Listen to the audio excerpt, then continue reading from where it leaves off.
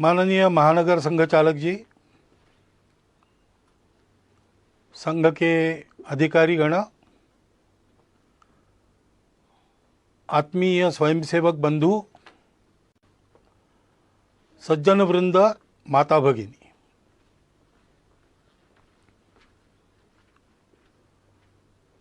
एक विशिष्ट परिस्थिति में आधुनिक तकनीकी का उपयोग करके पर्दे पर ये हमारी भेंट हो रही है। कोरोना की महामारी से सारी दुनिया जूझ रही है और उस बीमारी के साथ लड़ाई का एक अनिवार्य अंग है घर में बंद रहना, सारे कामधाम बंद करके बैठे रहना, घर में बंद रहकर जितना हो सकता है उतना करना। तो हमारे संघ के कई स्वयंसेवकों को लगता होगा कि हमारी शाखाएं अभी मैदान पर लगना बंद है, कार्यक्रम बंद है, संघ शिक्षा वर्ग प्रारंभ हुए होते वो बंद है, तो हमारा काम बंद है। लेकिन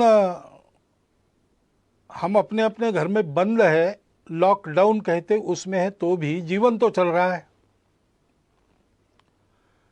ऐसे संघ का कार्य भी चल ही रहा है। नित्य के कार्यक्रम बंद है, दूसरे कार्यक्रमों ने उनकी जगह ली है। ये संघ के लिए भी और हम सबके जीवन के लिए भी सत्य है,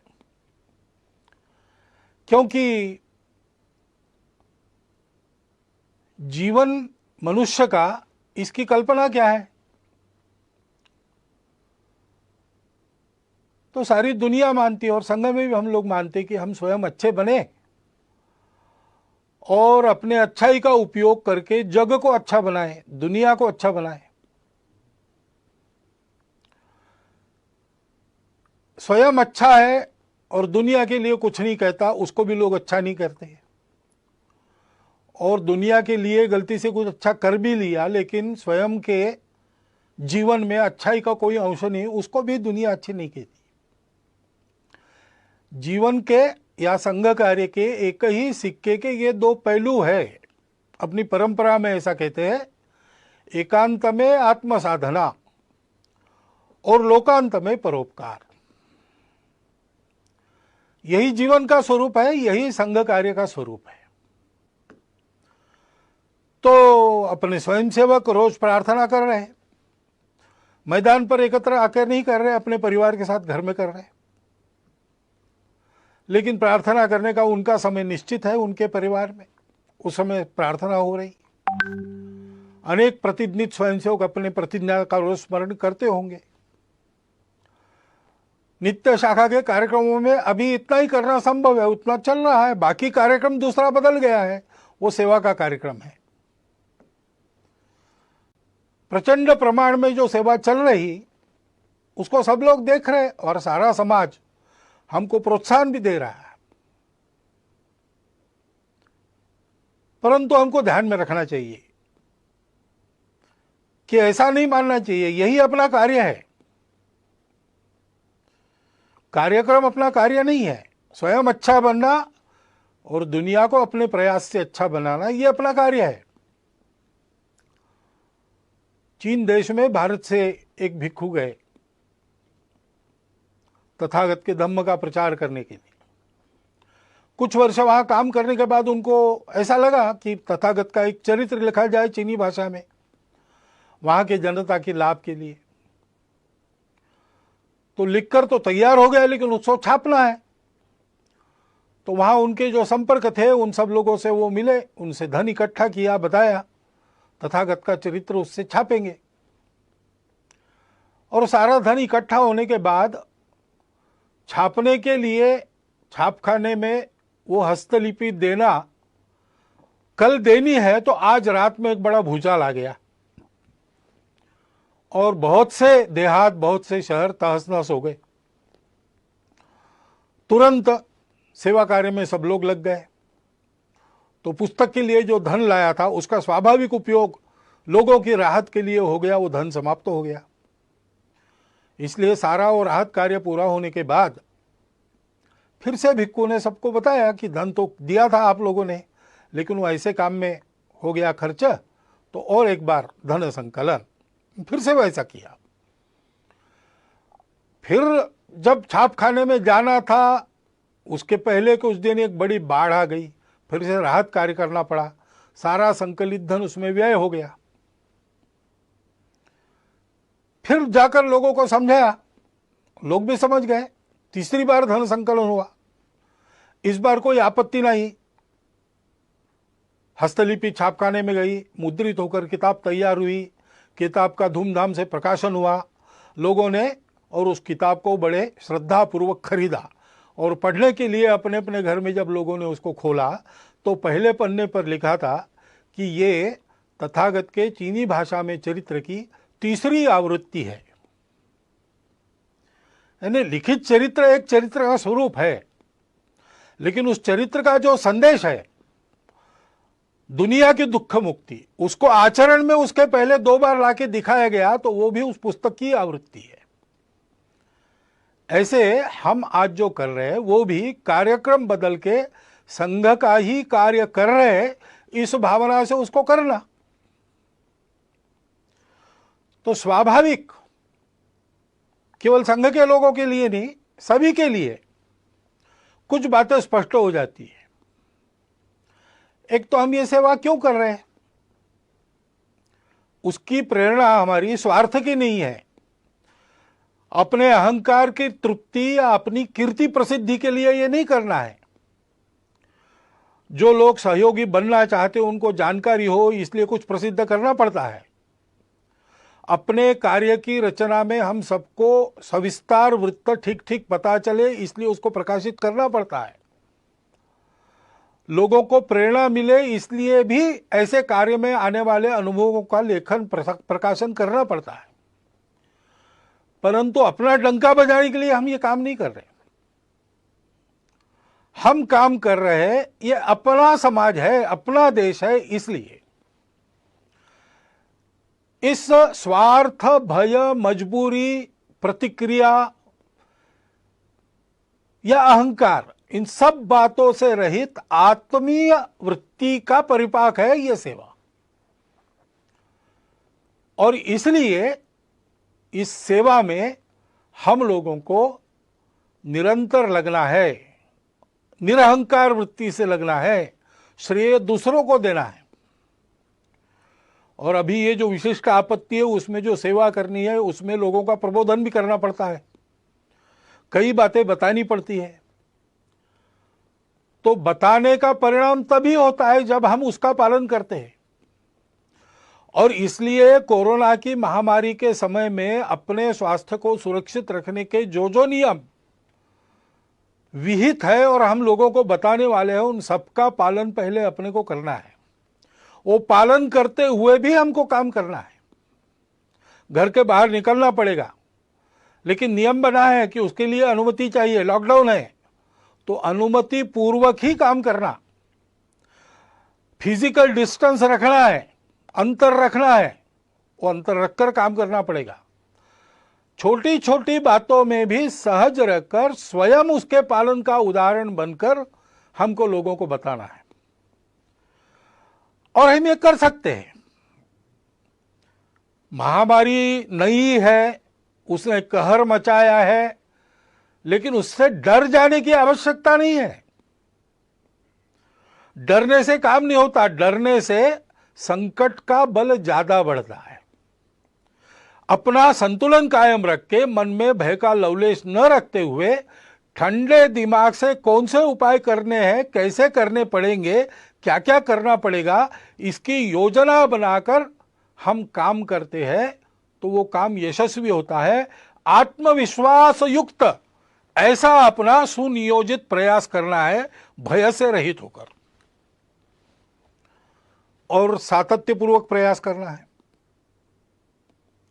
क्योंकि ये बीमारी नहीं है,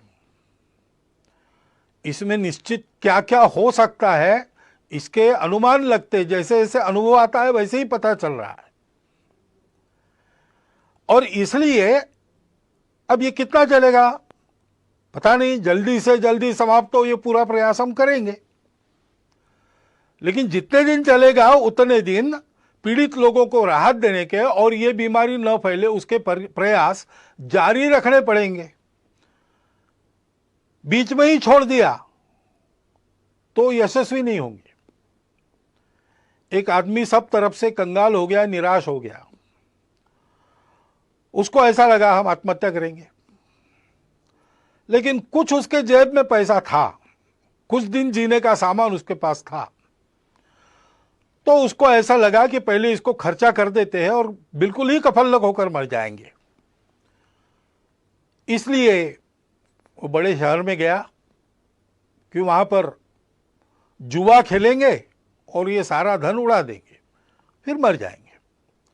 लेकिन वहां जाने के बाद उसको पता चला कि उस गांव के पास, उस शहर के पास एक बहुत लंबी चौड़ी जमीन थी जिसमें मैंगनीज मिलेगा ऐसा लगता था। इसलिए 2-3 माइनिंग कंपनीज ने वहां आकर खुदाई की, 250 फीट नीचे गए लेकिन मैंगनीज मिला नहीं, निराश हो गए। इसलिए उसका लीलाव वो करने वाले थे, तो उसको लगा कि ये भी एक जुआ है, चलो जाके बोली बोलेंगे। अब इतना तो धन नहीं था उसके जेब में कि इतनी बड़ी जमीन खरीदी कर सके, लेकिन वो 250 फीट की जमीन नहीं थी, 250 फीट का लंबा चौड़ा गहरा गड्ढा बना था, उसको कौन खरीदेगा। उस नीलाम में कोई आया ही नहीं, यही अकेला पहुंचा, इसलिए इसके जेब में जितने पैसे थे उतने में उसकी जमीन हो गई। अब जो मजदूर वहां काम कर रहे थे उनको उस दिन की मजदूरी कंपनी ने दे दी थी, तो उन्होंने आके पूछा क्या करें, काम अभी बंद करें कि 5 बजे तक करें और बाद में छोड़े। तो उसने कहा आपने पैसे लिए हैं तो 5 बजे तक काम करो। उन्होंने 5 बजे तक खुदाई की, 3 फीट और खोदा, उसमें जो नमूने मिले उसमें मैंगनीज मिल गया और कंगाल बना हुआ वो आदमी मैंगनीज की खदानों का मालिक, बाद में एक रेलवे कंपनी का मालिक, ऐसा सब कुछ बन गया। फिर से उसका जीवन बन गया।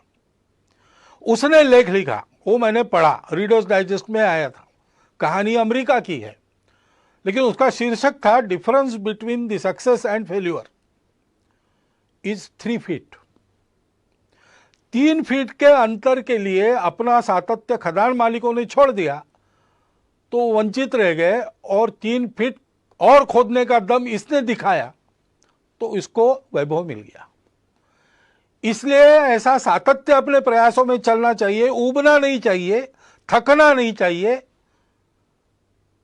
करते रहना चाहिए।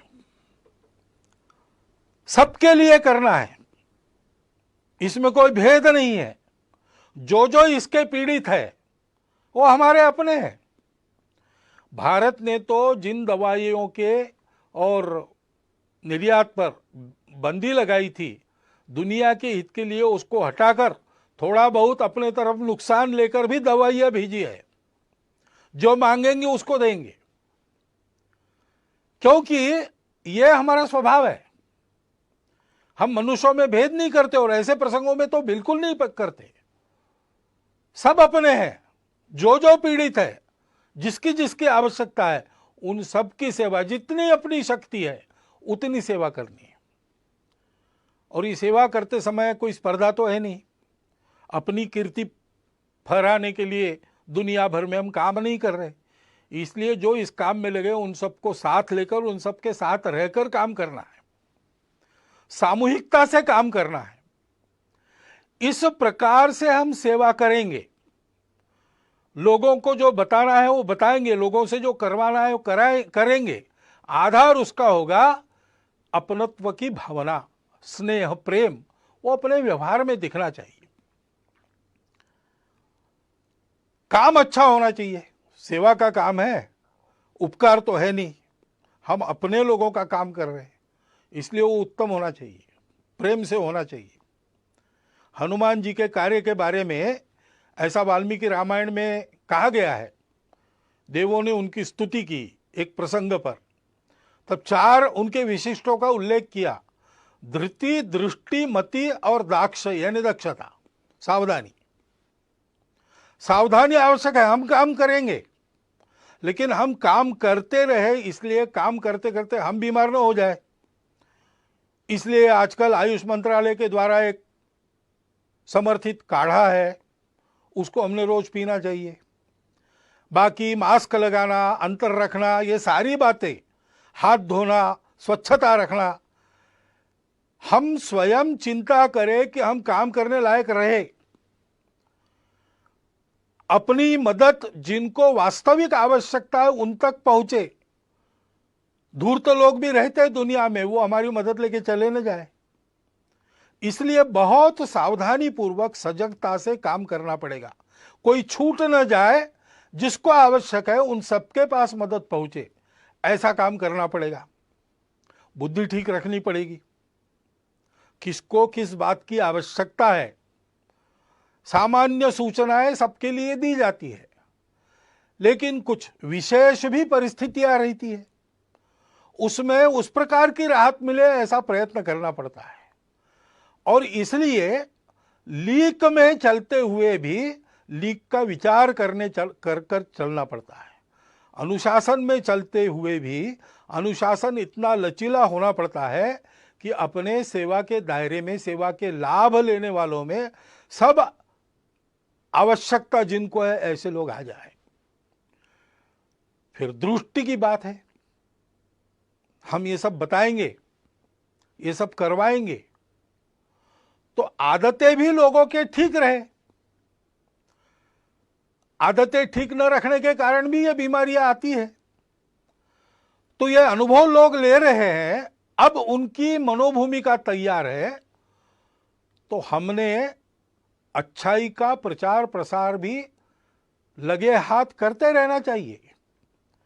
ये केवल कार्यक्रम नहीं है, इसमें से हम लोगों के जीवन को सुरक्षित कर रहे हैं और लोगों के जीवन को गढ़ भी रहे हैं। अपने पवित्र समाज का संरक्षण और सर्वांगीण उन्नति, ये हमारी प्रतिज्ञा है। और इसलिए उस दृष्टि को ध्यान में रखकर हमको काम करना है और धैर्य रखना है। कितने दिन ऐसा करके नहीं होगा, जब तक पूरा नहीं होता तब तक करते रहना है, सतत करना है। ऐसा करते रहना, और ऐसा करते रहते समय ये जैसे गुण है हनुमान जी से, वैसे विदुर नीति में एक बात बताइए दोषों को टालने की। षट दोषा पुरुषेणेह हातव्याम भूतिमिच्छताम। जिस पुरुष को अपना वैभव चाहिए, अपना विजय चाहिए, अपना प्रभाव चाहिए, अपनी खुशहाली चाहिए, उसको 6 दोषों का हनन करना पड़ता है, उनको दूर करना पड़ता है। वो कौन से है? निद्रा, तंद्रा, भय, क्रोध, आलस्यम, दीर्घ सूत्रता। आलस्य और दीर्घ सूत्रता काम की नहीं है। तत्परता चाहिए जब उपस्थित होता है। भारत का इस सारी बीमारी के दौर में काम बहुत अच्छा हो रहा है। इसका पहला कारण है कि तत्परता पूर्वक सारी उपाय योजनाएं यहाँ के शासन प्रशासन ने लागू की, और उतने ही तत्परता पूर्वक समाज के एक बहुत बड़े अंश ने उसको अमल में लाया। तो आलस्य नहीं किया, दीर्घ सूत्रता नहीं दिखाई। इसको ध्यान में रखना चाहिए। वो तत्परता अपनी कायम रखनी चाहिए। निद्रा, तंद्रा यानी असावधानी, काम करते करते धुन लग जाती है, उसको तंद्रा कहते हैं। धुन लगना अच्छा है, लेकिन तंद्रा अच्छी नहीं, क्योंकि उसमें विचार नष्ट होता है। सोच समझ के सजग रहकर एक एक कदम डालते हुए काम करना, और भय और क्रोध को टालना। लोगों को भय लगता है कि हमको क्वारंटाइन में डाल ले, तो छुपने का प्रयास करते हैं। लोगों को कुछ नियमों में बांध दिया तो लोगों की ऐसी भावना होती है कि हम पर कुछ प्रतिबंध ला रहे हैं। अब संघ ने अपने और मार्च में ही तय करके जून आखिर तक सारे कार्यक्रम बंद कर दिए। लेकिन किसी किसी को लग भी सकता है कि सरकार हमारे कार्यक्रमों पर प्रतिबंध कर रही इस निमित्त, और भड़काने वाले लोगों की कमी नहीं है। उसके कारण क्रोध पैदा होता है, क्रोध के कारण अविवेक होता है, फिर अतिवादी कृत्य होते हैं। हम जानते हैं कि इसका लाभ लेने वाली ताकत है और वो प्रयासरत है। जिस प्रकार इस कोरोना के बीमारी का फैलाव अपने देश में हुआ है, उसमें एक कारण यह भी है। परंतु दो बातें ध्यान में रखनी चाहिए। जैसे इन सब का पालन सकारात्मक भाव से करना, इस पर क्रोध नहीं करना, इससे डर नहीं मन में रखना, वैसे अगर किसी ने भयवश या क्रोधवश कुछ उल्टा सीधा कर दिया तो उस सारे समूह को ही एक माप में लपेटकर उससे दूरी बनाना, ये भी ठीक नहीं। सर्वत्र दोष रखने वाले लोग होते हैं। सामान्य लोगों के मन में कुछ आ सकता है। सामान्य लोगों ने, सबने ये खबरदारी लेनी चाहिए कि ये अपने देश का विषय है, देश हित का विषय है, इसमें हमारी भूमिका सहयोग की ही होगी, कभी भी विरोध की नहीं होगी। मन में किंतु परंतु है, उसका लाभ लेकर द्वेष क्रोध को भड़काने वाले लोग हैं, उनके खेल चल रहे हैं। स्वार्थ के कारण भारत तेरे टुकड़े होंगे ऐसे कुविचार रखने के कारण बहुत सारे लोग ऐसा प्रयास करते हैं। राजनीति भी बीच में आ जाती है। ये जिनको करना है, जिनका चलता है उनको चलता रहे, इससे बचना। ये लोग अपना कुछ बिगाड़ न ले, इतनी सावधानी और इतना बल सजग जागृत रखना। लेकिन हमारे मन में इसके कारण प्रतिक्रियावश कोई खुन्नस, कोई दुश्मनी होनी नहीं चाहिए। भारत का 130 करोड़ का समाज भारत माता का पुत्र है, अपना बंधु है। इस बात को ध्यान में रखना चाहिए। भय और क्रोध दोनों तरफ से नहीं करना चाहिए। और जो जो अपने अपने समूह के समझदार लोग हैं, नेतृत्व करने वाले लोग हैं, उन्होंने इससे अपने समूह को बचाना चाहिए। और ऐसे भय या क्रोधवश होने वाले कृत्यों में हम लोग नहीं है, हम लोगों को नहीं रहना चाहिए, ये अपने अपने समाज को सिखाना चाहिए। ऐसा नहीं करते तो क्या होता है?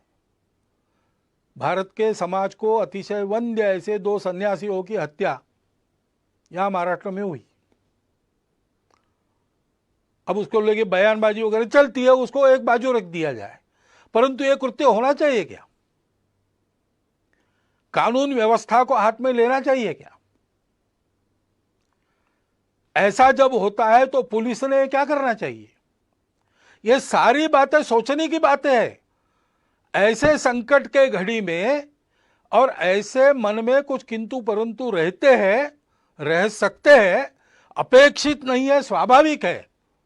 लेकिन उनके चपेट में न आके हम लोगों को सारे भेद की, स्वार्थ की प्रवृत्तियों को अलग रखकर उनसे बचते हुए, उनको उभरने न देते हुए देश हित में सकारात्मक बनकर ही आगे बढ़ना चाहिए। भय क्रोध, ये जो 2 दोष है उसको टालना चाहिए। उन सन्यासियों की हत्या हुई, पीट पीट कर मार डाला गया, निरुपद्रवी लोग थे, किसी का कोई अपराध उन्होंने किया नहीं था। धर्म का आचरण करने वाले, धर्म का आचरण फैलाने वाले थे, मानव पर उपकार करने वाले लोग थे।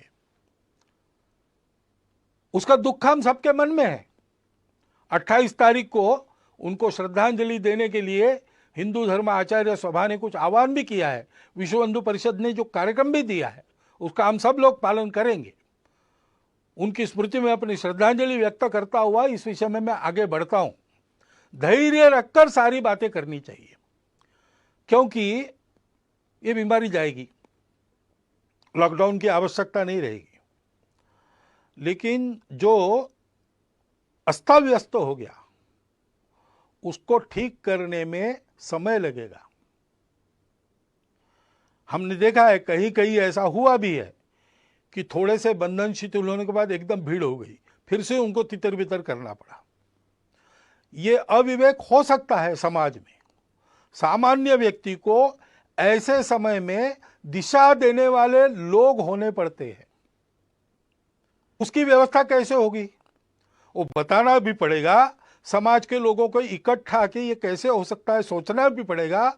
विद्यालय में, विद्यालय के आसपास के परिसर में छोटी संख्या में क्लासेस लगा सकते हैं क्या? ई क्लासेस लगा सकते हैं क्या? क्या करके विद्यालय की शिक्षा शुरू भी होगी और ये डिस्टेंस मेंटेन होगा। बाजार वगैरह शुरू होंगे, लेकिन लोग इस अंतर को कायम रखने का पालन करेंगे। फैक्ट्री उद्योग शुरू होंगे, तब भी भीड़ नहीं होगी, अंतर रखकर अनुशासन से लोग चलेंगे। इसके लिए चिंता करने की आवश्यकता है। यानी राहत पहुंचाने का काम शायद कम हो सकता है, परंतु फिर से ये बीमारी न आए, उतावली न हो, इसके लिए समाज को दिशा देने का काम हमको करते रहना पड़ेगा। ये सारे काम होने हैं तो समाज में एक सद्भाव, सदाचार, सहयोग का वातावरण बनना चाहिए। समाज के सारे जनमान्य लोगों को इकट्ठा करके उनके द्वारा ये बात करवानी होगी, संवाद रखना पड़ेगा। अनुशासन पालन के बारे में स्वयं का उदाहरण और उपदेश उन लोगों को रखना पड़ेगा। उसके लिए उनके साथ भी बात करनी पड़ेगी। लोगों की क्षमता, प्रतिकार क्षमता बढ़े। कई आयुर्वेदिक उपाय है, योग है, व्यायाम है, तरह तरह के प्राणायाम है। उपाय तो अपना स्वास्थ्य मंत्रालय भी बता रहा है और जगह जगह के चिकित्सक भी बता रहे हैं। उसका नित्य नियमित आचरण करने का एक क्रम कुटुंबों में चलना चाहिए। कुटुंबों में संस्कार का वातावरण होना चाहिए। शांत दिमाग से किसी भी भय यानी पैनिक के चपेट में हम न आते हुए जो करना है वो कर्तव्य ठीक से करना, इस प्रकार का स्वभाव बनने के लिए कुटुंब में भी उस प्रकार के स्वभाव का संस्कार होना चाहिए। इसके हमको प्रयास करने पड़ेंगे और प्रयास में वही क्रम रहेगा।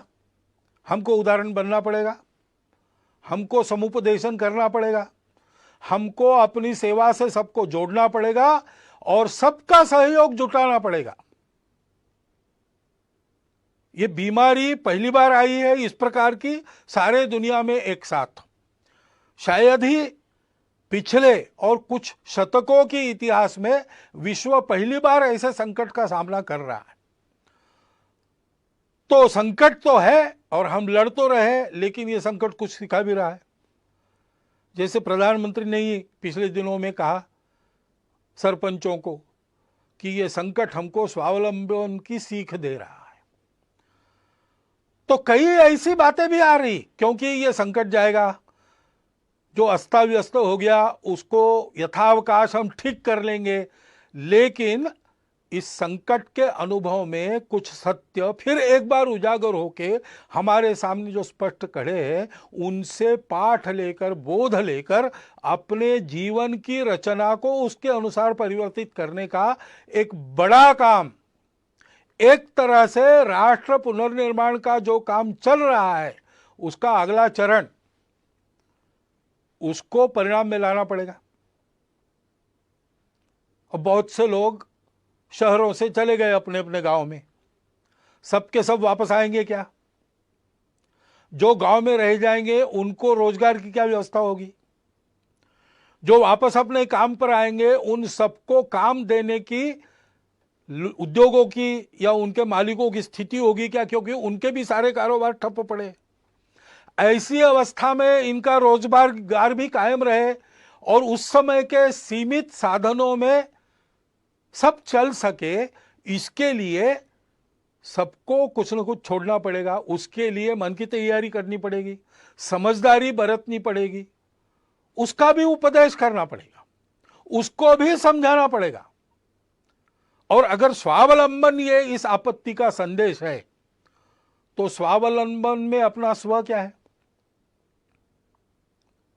उस स्व आधारित तंत्र का अवलंबन हमको करना पड़ेगा। कम ऊर्जा खाने वाला, रोजगार मूलक, पर्यावरण को न बिगाड़ने वाला ऐसा विचार हमारे ही पास है। उसके आधार पर एक युगानुकूल रचना अपने अर्थनीति की, अपने विकास नीति की, अपने तांत्रिकी की हमको करनी पड़ेगी। आधुनिक विज्ञान के आधार पर इसमें जो जो अद्यतन सहायक होता है वो लेते हुए परंपरा के आधार पर जो आज सुसंदर्भित है, इस संकट के कारण फिर से एक बार हमको याद आ रहा है, उन दोनों को मिलाते हुए हमको एक नए विकास के मॉडल का निर्माण करना पड़ेगा। हमको करना पड़ेगा, यानी कौन करेगा? शासन को विचार करना पड़ेगा, प्रशासन को विचार करना पड़ेगा। लेकिन मात्र इन दोनों के करने से नहीं होता, समाज को भी इसमें कुछ करना पड़ता है। समाज को स्व का अवलंबन करना पड़ेगा। यहां की बनी वस्तुएं जहां तक संभव है उन्हीं का उपयोग करेंगे। यहां जो बनता नहीं, बिना उसके जीवन चलता है तो बिना उसके चलाएंगे। जीवन के लिए आवश्यक है तो अपने शर्तों पर लेंगे, कम से कम उपयोग में चलाएंगे। ऐसी बहुत सी बातें अपने नित्य व्यवहार में लानी पड़ेगी। अपने अपने व्यक्तिगत और परिवार के व्यवहार में हम लोगों को स्वदेशी का आचरण करना पड़ेगा। स्वदेशी का आचरण करने के लिए स्वदेशी के उत्पादन उपलब्ध करने पड़ेंगे, और स्वदेशी के उत्पादन उत्कृष्टता के मामले में बिल्कुल 19 न हो, ऐसी गुणवत्ता उत्पन्न करनी पड़ेगी। उद्योजक, निर्माता, कारीगर सभी को इसके बारे में सोचना पड़ेगा और समाज को स्वदेशी पर दृढ़ होना पड़ेगा। विदेशों के ऊपर अवलंबन नहीं होना चाहिए, ऐसा हमको समर्थ रहना पड़ेगा। उसी प्रकार हमने अनुभव किया। अब जो बाहर निकलकर नदियों को वगैरह देख सके वो बताते हैं, लेकिन हवा का तो हम सब लोग अनुभव कर रहे हैं कि पर्यावरण बहुत मात्रा में शुद्ध हो गया। क्यों शुद्ध हो गया? क्योंकि कुछ क्रियाकलाप बंद हुए जो पर्यावरण को दूषित करते थे। अब फिर से अपना जीवन नियमित हम शुरू करेंगे तो कौन से ऐसे क्रियाकलाप कम से कम हम कर सकते हैं, बिना उसके काम भी चल सकता है, इसका विचार हमको करना पड़ेगा। पानी का उपयोग ठीक से, पानी का संवर्धन संरक्षण, वृक्षों का संवर्धन संरक्षण और प्लास्टिक से मुक्ति, स्वच्छता का पालन, जैविक तरीकों पर बल देकर गौ पालन, जैविक खेती आदि के आधार पर जीवन चलाने का हमको अभ्यास अपना करना पड़ेगा। अभी जो हमारा अभ्यास रासायनिक खेती आदि का है उसको बदलना पड़ेगा। उसके लिए सारे समाज का बनाना पड़ेगा। शासन की नीति वैसी बनेगी, लेकिन जब तक समाज उस प्रकार चलता नहीं तब तक उसका परिणाम नहीं होता। कुटुंब में भी हमको और इस प्रकार के संस्कार करने पड़ेंगे।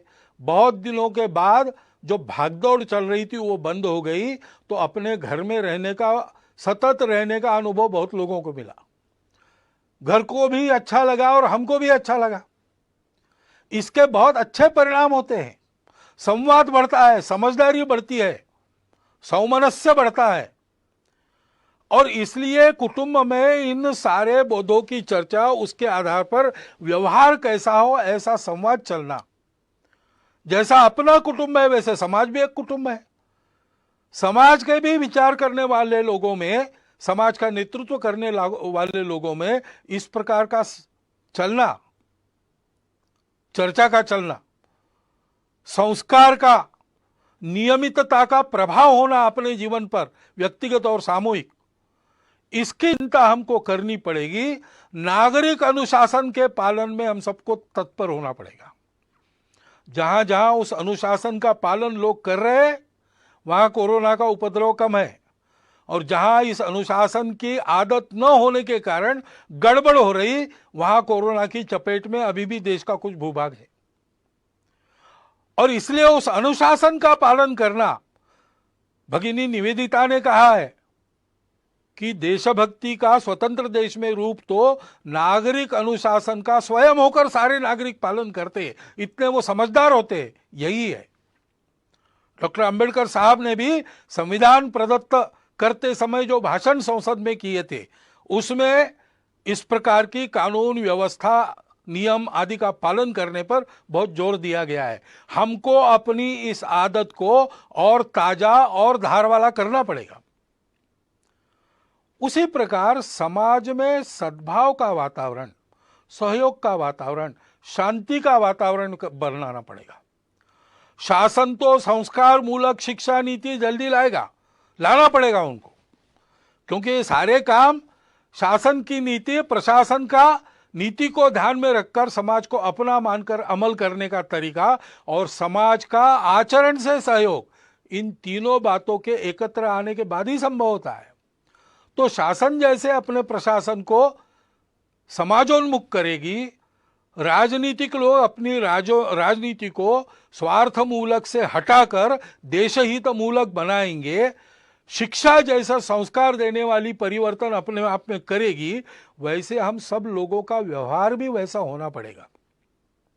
भविष्य के लिए भी यह संकट बहुत कुछ बताकर जा रहा है, उसका विचार करके हमको अपने जीवन के नए मानक का विचार करते हुए उसको आचरण में लाना पड़ेगा। हम सब लोग मिलकर आत्मविश्वास से इस अपने देश और अपने समाज के अपनत्व को मन में रखकर इस देश को इस संकट से निकालकर सारे विश्व की मानवता का नेतृत्व करने वाला देश बनाने के लिए आत्मविश्वास पूर्वक प्रयत्नों का, परिश्रमों का सातत्य अपने कर्तृत्व में रखकर फिर एक बार हमको सक्रिय होना पड़ेगा। इसकी आवश्यकता है। हमारी भूमिका विश्व में और अपने देश में हम सब की यही है कि इस संकट को अवसर बनाकर हम एक नए भारत का उत्थान इस सारे संकट को अवसर बनाकर उसमें से करें, ऐसी हमारी भूमिका हो। इसलिए जो मेरे विचार में आवश्यक बातें मुझे लगती थी वो मैंने आपके सामने रख दी है।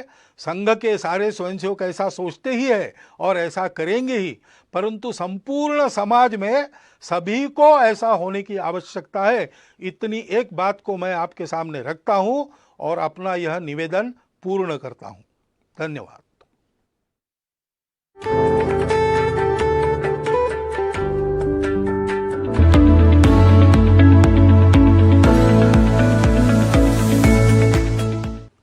संघ के अधिकारीगण,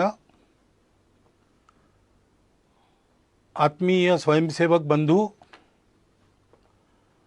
सज्जन वृंद, माता भगिनी,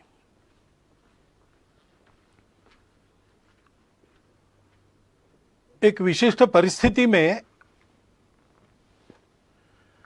आधुनिक तकनीकी का उपयोग करके पर्दे पर ये हमारी भेंट हो रही है।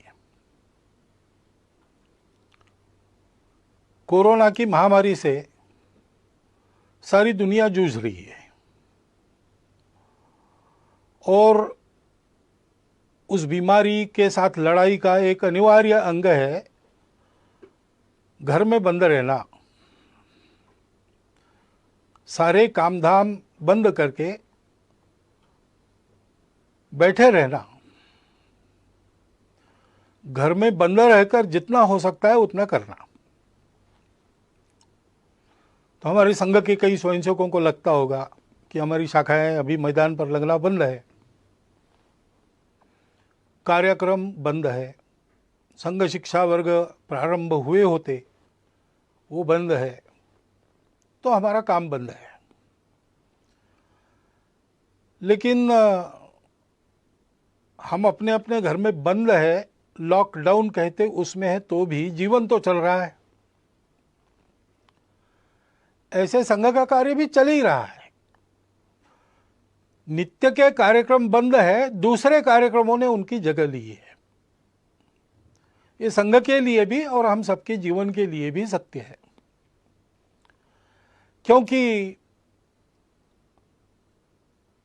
जीवन मनुष्य का, इसकी कल्पना क्या है?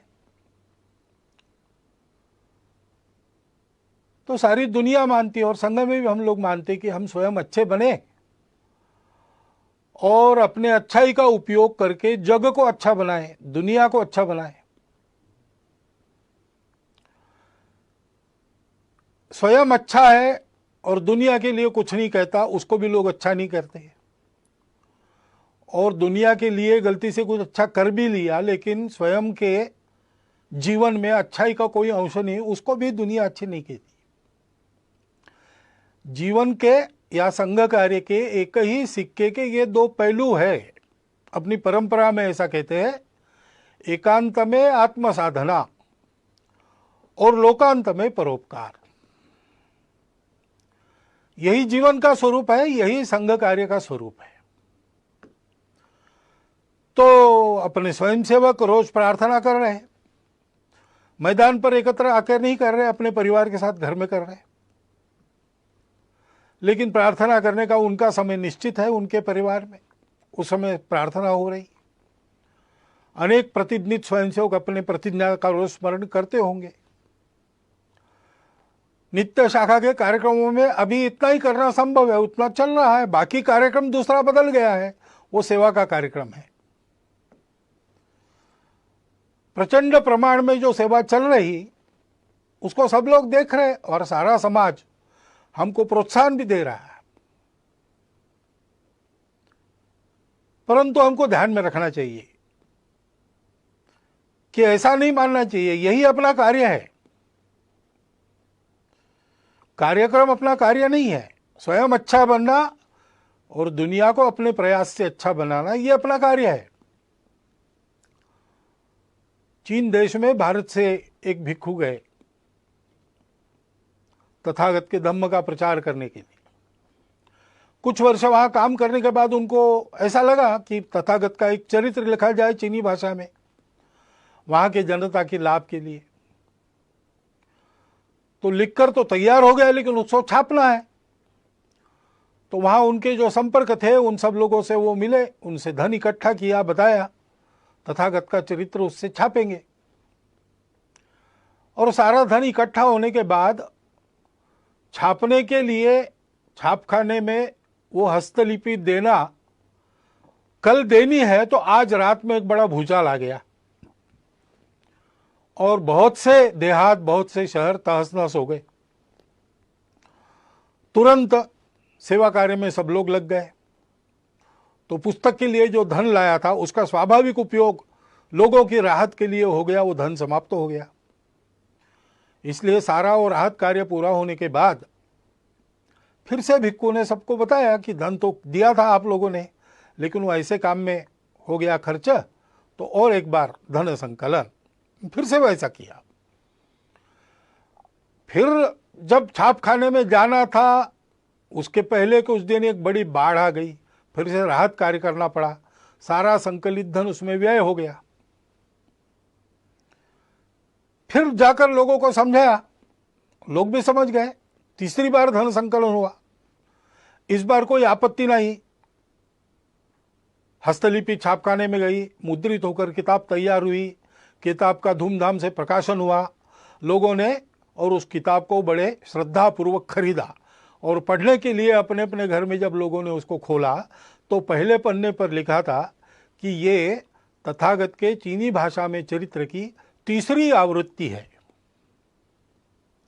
यानी लिखित चरित्र एक चरित्र का स्वरूप है, लेकिन उस चरित्र का जो संदेश है दुनिया की दुख मुक्ति, उसको आचरण में उसके पहले 2 बार लाके दिखाया गया, तो वो भी उस पुस्तक की आवृत्ति है। ऐसे हम आज जो कर रहे हैं वो भी कार्यक्रम बदल के संघ का ही कार्य कर रहे हैं, इस भावना से उसको करना। तो स्वाभाविक केवल संघ के लोगों के लिए नहीं, सभी के लिए कुछ बातें स्पष्ट हो जाती है। एक तो हम ये सेवा क्यों कर रहे हैं, उसकी प्रेरणा हमारी स्वार्थ की नहीं है, अपने अहंकार की तृप्ति या अपनी कीर्ति प्रसिद्धि के लिए ये नहीं करना है। जो लोग सहयोगी बनना चाहते हैं उनको जानकारी हो इसलिए कुछ प्रसिद्ध करना पड़ता है। अपने कार्य की रचना में हम सबको सविस्तार वृत्त ठीक ठीक पता चले इसलिए उसको प्रकाशित करना पड़ता है। लोगों को प्रेरणा मिले इसलिए भी ऐसे कार्य में आने वाले अनुभवों का लेखन प्रकाशन करना पड़ता है। परंतु अपना डंका बजाने के लिए हम ये काम नहीं कर रहे। हम काम कर रहे हैं, ये अपना समाज है, अपना देश है, इसलिए इस स्वार्थ, भय, मजबूरी, प्रतिक्रिया या अहंकार, इन सब बातों से रहित आत्मीय वृत्ति का परिपाक है ये सेवा। और इसलिए इस सेवा में हम लोगों को निरंतर लगना है, निरहंकार वृत्ति से लगना है, श्रेय दूसरों को देना है। और अभी ये जो विशिष्ट आपत्ति है उसमें जो सेवा करनी है उसमें लोगों का प्रबोधन भी करना पड़ता है, कई बातें बतानी पड़ती है। तो बताने का परिणाम तभी होता है जब हम उसका पालन करते हैं।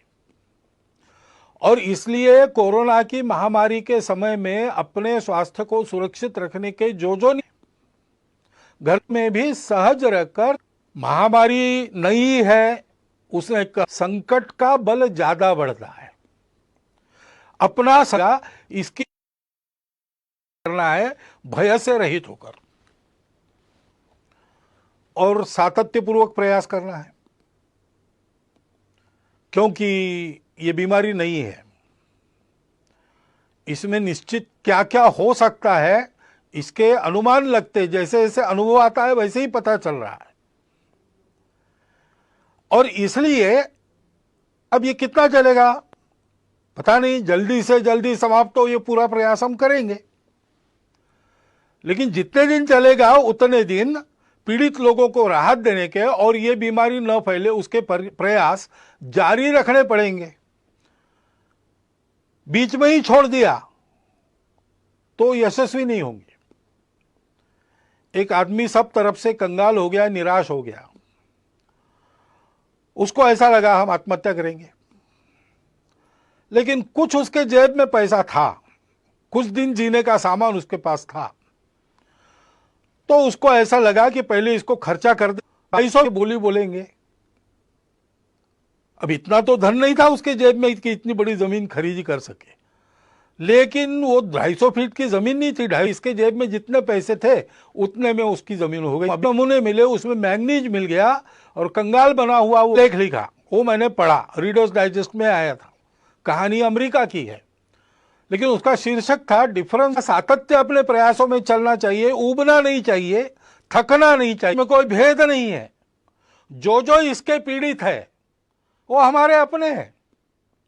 भारत ने तो जिन दवाइयों के और निर्यात पर बंदी लगाई थी दुनिया के हित के लिए, उसको हटाकर थोड़ा बहुत अपने तरफ नुकसान लेकर भी दवाइयां भेजी है, जो मांगेंगे उसको देंगे,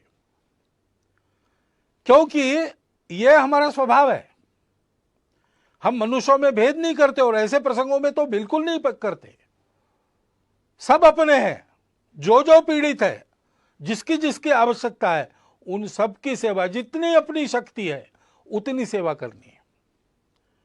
और ये सेवा करते समय कोई स्पर्धा तो है नहीं, अपनी कीर्ति फहराने के लिए दुनिया भर में हम काम नहीं कर रहे, इसलिए जो इस काम में लगे उन सबको साथ लेकर, उन सबके साथ रहकर काम करना है, सामूहिकता से काम करना है।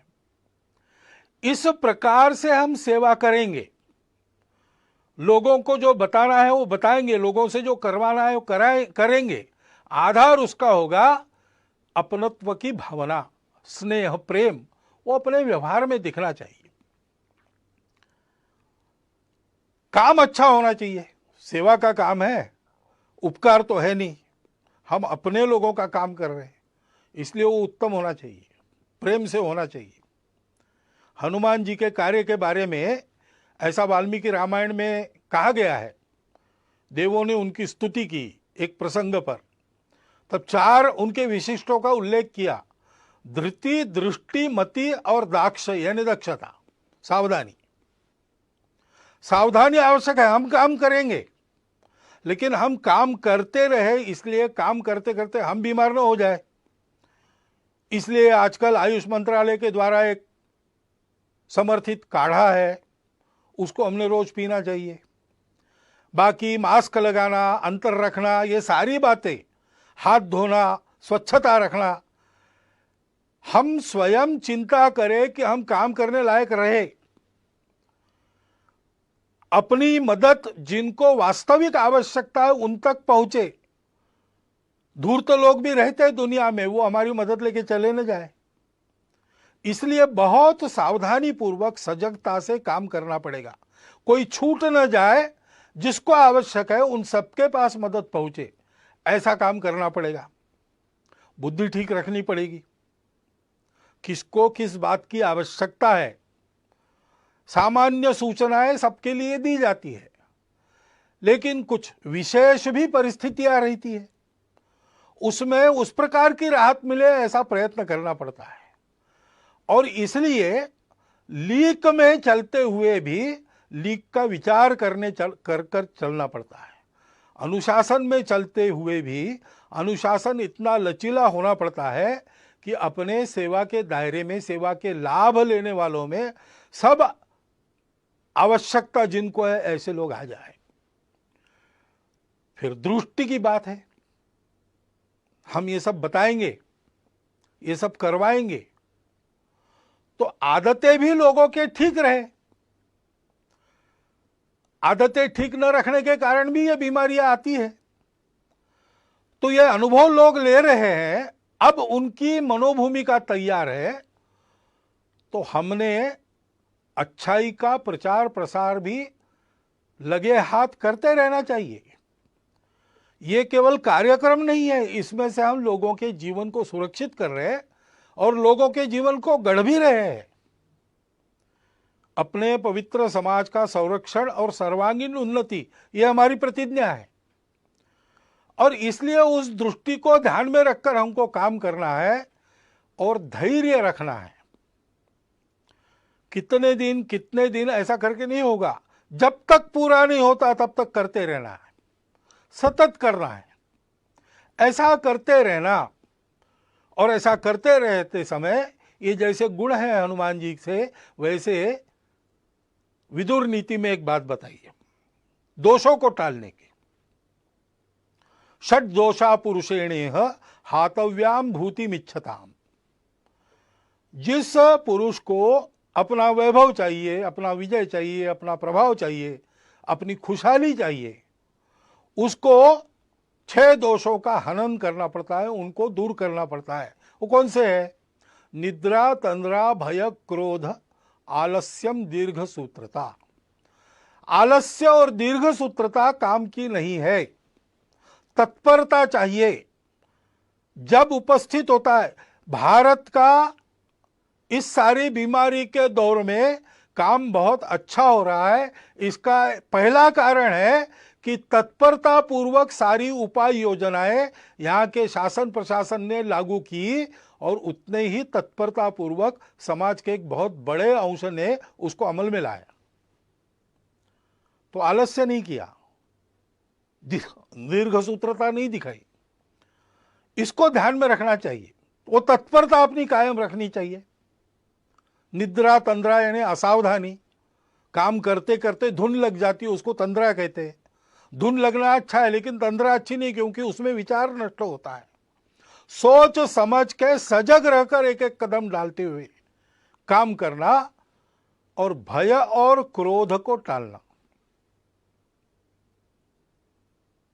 लोगों को भय लगता है कि हमको क्वारंटाइन में डाल ले, तो छुपने का प्रयास करते हैं।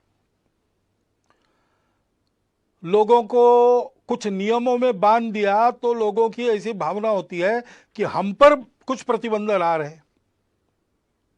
अब संघ ने अपने और मार्च में ही तय करके जून आखिर तक सारे कार्यक्रम बंद कर दिए। लेकिन किसी किसी को लग भी सकता है कि सरकार हमारे कार्यक्रमों पर प्रतिबंध कर रही इस निमित्त, और भड़काने वाले लोगों की कमी नहीं है। उसके कारण क्रोध पैदा होता है, क्रोध के कारण अविवेक होता है, फिर अतिवादी कृत्य होते हैं। हम जानते हैं कि इसका लाभ लेने वाली ताकत है और वो प्रयासरत है। जिस प्रकार इस कोरोना के बीमारी का फैलाव अपने देश में हुआ है, उसमें एक कारण यह भी है। परंतु 2 बातें ध्यान में रखनी चाहिए। जैसे इन सब का पालन सकारात्मक भाव से करना, इस पर क्रोध नहीं करना, इससे डर नहीं मन में रखना, वैसे अगर किसी ने भयवश या क्रोधवश कुछ उल्टा सीधा कर दिया तो उस सारे समूह को ही एक माप में लपेटकर उससे दूरी बनाना, ये भी ठीक नहीं। सर्वत्र दोष रखने वाले लोग होते हैं। सामान्य लोगों के मन में कुछ आ सकता है। सामान्य लोगों ने सबने खबरदारी लेनी चाहिए कि ये अपने देश का विषय है, देश हित का विषय है, इसमें हमारी भूमिका सहयोग की ही होगी, कभी भी विरोध की नहीं होगी। मन में किंतु परंतु है, उसका लाभ लेकर द्वेष क्रोध को भड़काने वाले लोग हैं, उनके खेल चल रहे हैं। स्वार्थ के कारण भारत तेरे टुकड़े होंगे ऐसे कुविचार रखने के कारण बहुत सारे लोग ऐसा प्रयास करते हैं, राजनीति भी बीच में आ जाती है। ये जिनको करना है, जिनका चलता है उनको चलता रहे, इससे बचना। ये लोग अपना कुछ बिगाड़ न ले, इतनी सावधानी और इतना बल सजग जागृत रखना। लेकिन हमारे मन में इसके कारण प्रतिक्रियावश कोई खुन्नस, कोई दुश्मनी होनी नहीं चाहिए। भारत का 130 करोड़ का समाज भारत माता का पुत्र है, अपना बंधु है। इस बात को ध्यान में रखना चाहिए।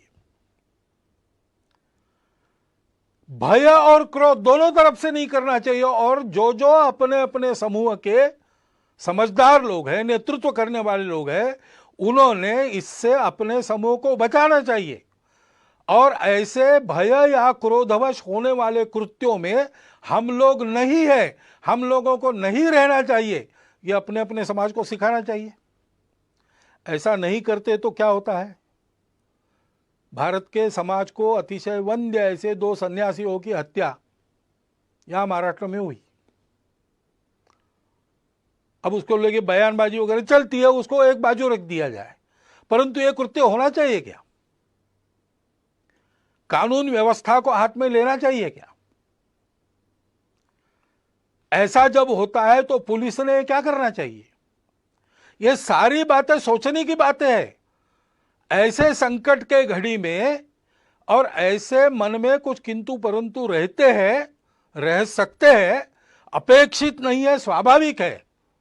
लेकिन उनके चपेट में न आके हम लोगों को सारे भेद की, स्वार्थ की प्रवृत्तियों को अलग रखकर उनसे बचते हुए, उनको उभरने न देते हुए देश हित में सकारात्मक बनकर ही आगे बढ़ना चाहिए।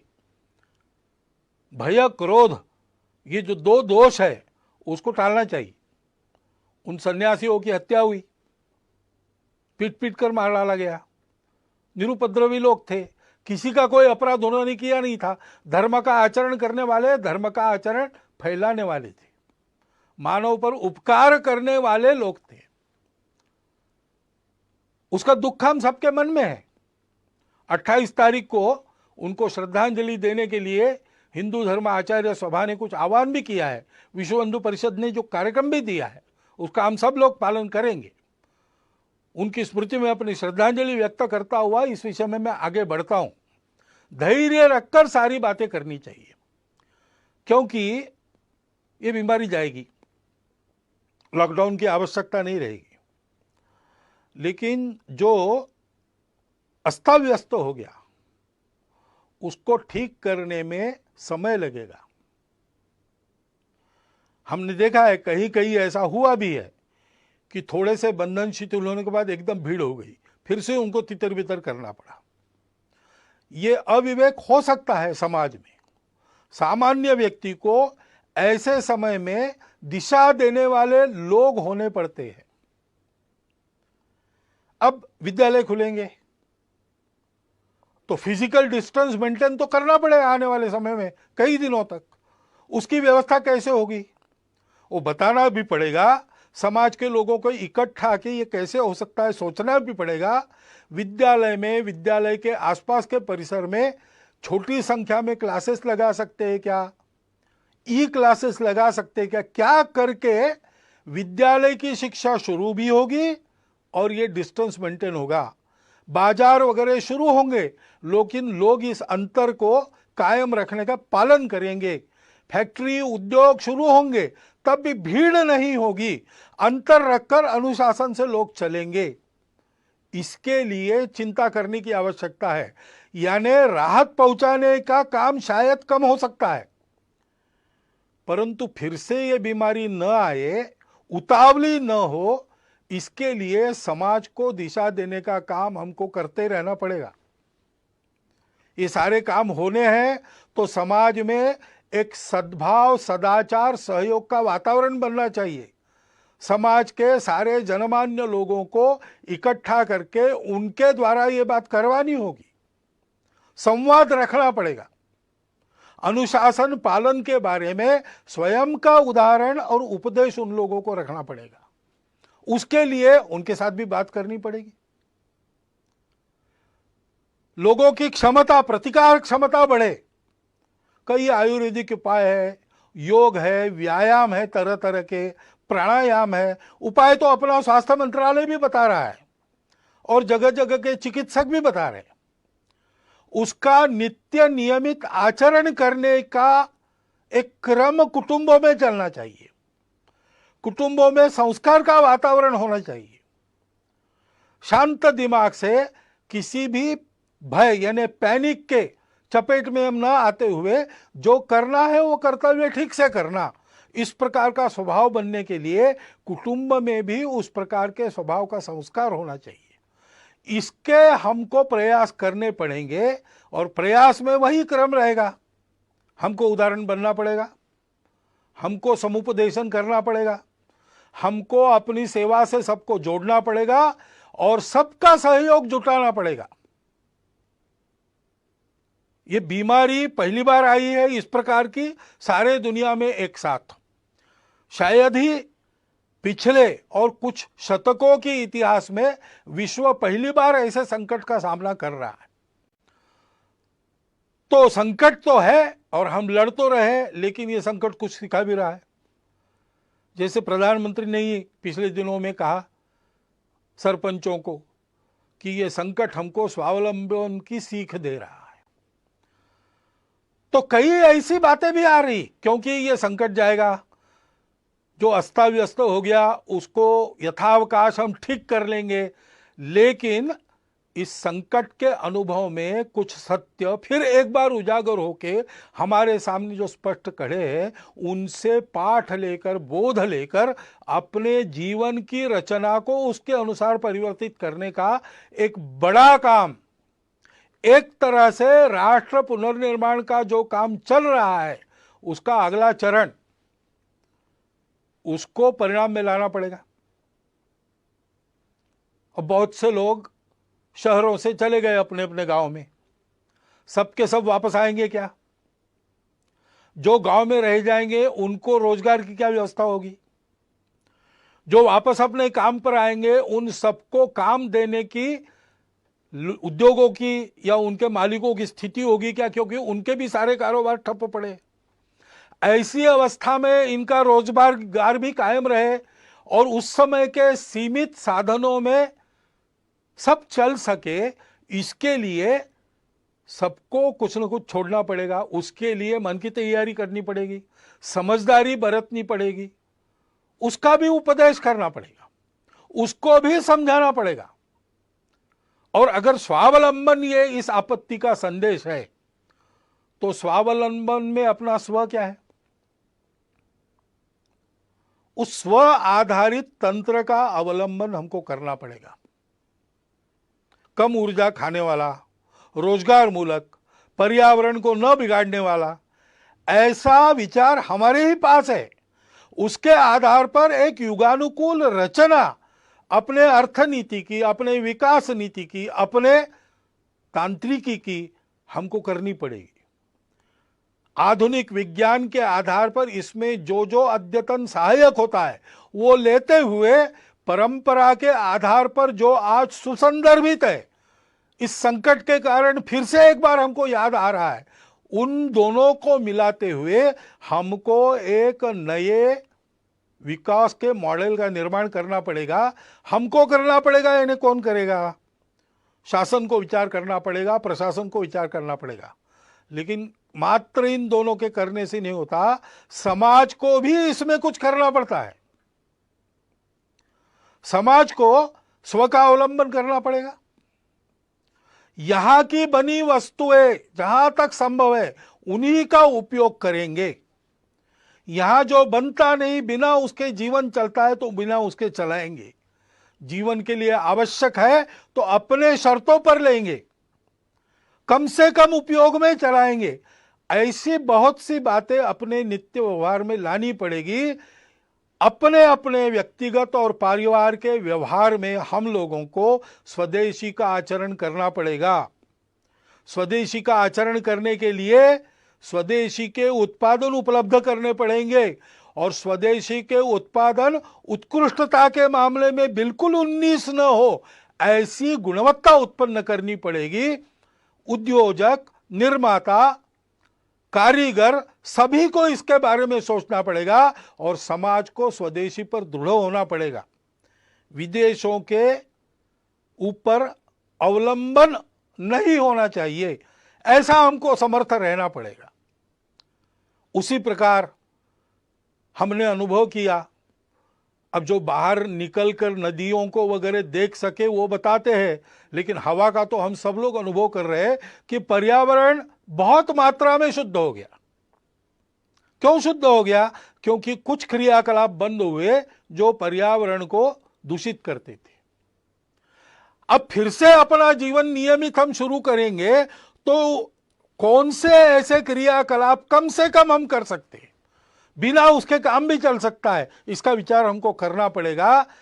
पानी का उपयोग ठीक से, पानी का संवर्धन संरक्षण, वृक्षों का संवर्धन संरक्षण और प्लास्टिक से मुक्ति, स्वच्छता का पालन, जैविक तरीकों पर बल देकर गौ पालन, जैविक खेती आदि के आधार पर जीवन चलाने का हमको अभ्यास अपना करना पड़ेगा। अभी जो हमारा अभ्यास रासायनिक खेती आदि का है उसको बदलना पड़ेगा। उसके लिए सारे समाज का बनाना पड़ेगा। शासन की नीति वैसी बनेगी, लेकिन जब तक समाज उस प्रकार चलता नहीं तब तक उसका परिणाम नहीं होता। कुटुंब में भी हमको और इस प्रकार के संस्कार करने पड़ेंगे। बहुत दिनों के बाद जो भागदौड़ चल रही थी वो बंद हो गई, तो अपने घर में रहने का, सतत रहने का अनुभव बहुत लोगों को मिला। घर को भी अच्छा लगा और हमको भी अच्छा लगा। इसके बहुत अच्छे परिणाम होते हैं। संवाद बढ़ता है, समझदारी बढ़ती है, सौमनस्य बढ़ता है और इसलिए कुटुंब में इन सारे बोधों की चर्चा, उसके आधार पर व्यवहार कैसा हो ऐसा संवाद चलना। जैसा अपना कुटुंब है वैसे समाज भी एक कुटुंब है।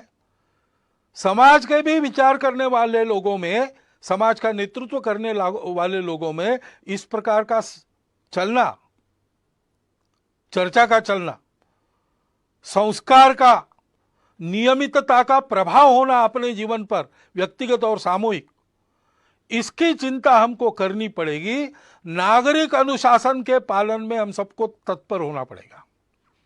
जहां जहां उस अनुशासन का पालन लोग कर रहे हैं वहां कोरोना का उपद्रव कम है, और जहां इस अनुशासन की आदत न होने के कारण गड़बड़ हो रही वहां कोरोना की चपेट में अभी भी देश का कुछ भूभाग है।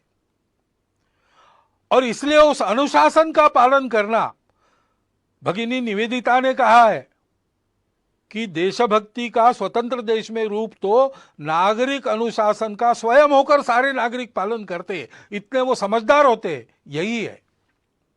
डॉक्टर अंबेडकर साहब ने भी संविधान प्रदत्त करते समय जो भाषण संसद में किए थे उसमें इस प्रकार की कानून व्यवस्था, नियम आदि का पालन करने पर बहुत जोर दिया गया है।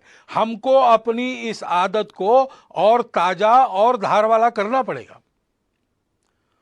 उसी प्रकार समाज में सद्भाव का वातावरण, सहयोग का वातावरण, शांति का वातावरण बनाना पड़ेगा।